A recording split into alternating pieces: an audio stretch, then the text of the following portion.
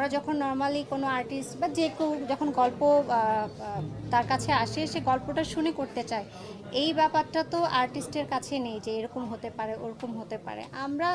আমি আর্টিস্ট, আমি কাজ করেছি, এতটুকু আমার জানা। সেন্সর বোর্ডের কাছে কোনো কিছু একটা ডায়ালগস বা কিছু মনে হয়েছে আপত্তিকর, সো সেখান থেকে ওইটা কাট করে তো নতুন করে এসেছে।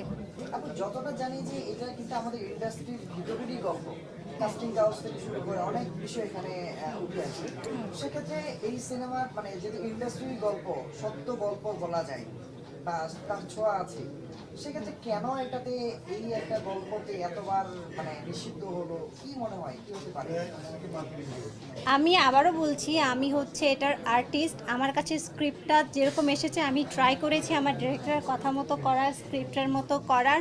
বাকিটা কিছু ডায়লগসের জন্য হয়তো বা ওনাদের আপত্তি ছিল।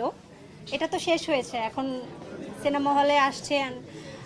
সবাই দেখে মনে হয় সবাই যেরকম ভেবেছিল নিষিদ্ধ হওয়ার কারণটা কি এরকম কিছু ওরকম কিছু, সবার এই চিন্তাটা দূর হয়ে যাবে যখন সবাই সিনেমা হলে দেখবে। হ্যাঁ, এই চিন্তাটা সবার দূর হয়ে যাবে যখন সবাই দেখবে।